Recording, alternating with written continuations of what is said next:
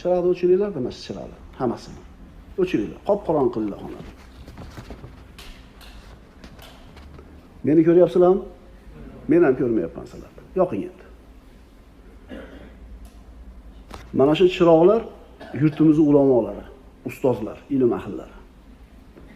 Sizlarni boshingizdan anglatayotgan, sizlarni gangitayotgan narsa mana shu ulamolarga nisbatan qalbinglardagi hurmatni yo'q qilgandan keyin o'zini gapini o'tkaza oladi shu toifalar. E'tibor beringlar-da, boshida shu ulamolarni yomonlashdan boshlaydi ishini. Yetib bordimi? Misol yetib bordimi? Nimaga yomonlaydi? Chunki chiroq yoqib tursa, ma'da telefon turibdi, ma'da choy turibdi, mikrofon turibdi, men gangimayman. Kerak bo'lsa salfetkani bitta qo'limni uzataman-da olaman.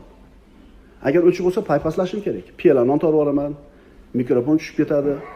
Tushunyapsizlarmi nima demoqchi bo'layotganimni? Avval o'sha ulamolarda obro'yi qalbingizda to'kiladi. Ular hech kim emas, ular kofir, fosiq deb turib hurmatni to'kib qo'ygandan keyin, chiroqni o'chirgandan keyin o'zining lampochkasini orqasidan yirtishadi.